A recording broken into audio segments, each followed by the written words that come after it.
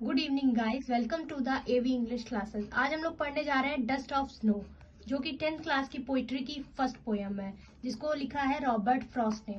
याद रखिएगा पोइट्री का नाम और राइटर का नाम बहुत अच्छे से याद कर लीजिएगा, क्योंकि आपके एग्जामिनेशन में काफी क्वेश्चंस इससे बन सकते हैं। So this is the 8 line poem and ये जो लिखा है वो 2 स्टेंजाज में है।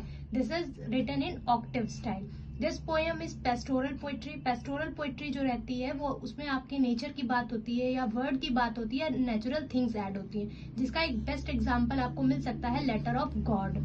सो डस्ट ऑफ स्नो भी सिंबलाइज करता है नेचर को, जॉय को और एनर्जी को। डस्ट ऑफ स्नो का मीनिंग ही है फ्लैक्स ऑफ स्नो या टिनी पार्टिकल्स ऑफ स्नो, जिसका अर्थ है बर्फ के छोटे छोटे टुकड़े। जो राइटर है वो इस पोयम के जरिए हमको बताता है कि हम लोग अंधविश्वास का कैसे विरोध कर सकते हैं। काफी लोग होते हैं जो पॉजिटिव वे को निगेटिव वे में लेके जाते हैं, तो राइटर इस पोयम के जरिए हमको बताता है कि कैसे निगेटिव बात को वो पॉजिटिव वे में लेके गया है। And this poem is very important for board examination. So now let's start the central idea of dust of snow. The dust of snow by Robert Frost is a small and simple poem. यह कविता बहुत छोटी और सरल है, with a deep meaning, अर्थात जिसका मतलब बहुत गहन या ब्रॉड है। It expresses the significance of small things in changing one's attitude. यह छोटी छोटी चीजों के बदलने का महत्व दर्शाती है।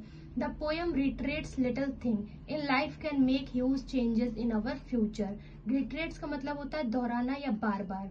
सो कविता बताती है कि जीवन की छोटी छोटी चीजें हमारे भविष्य में बड़े बदलाव ला सकती है। It also shows that if we take the hard times of life in stride, eventually something will happen to change our situation into happiest time. यह कविता दिखाती है कि अगर हम जीवन के कठोर समय को सरलता से सामना करें तो अपनी परिस्थिति को खुशहाल समय में बदला जा सकता है।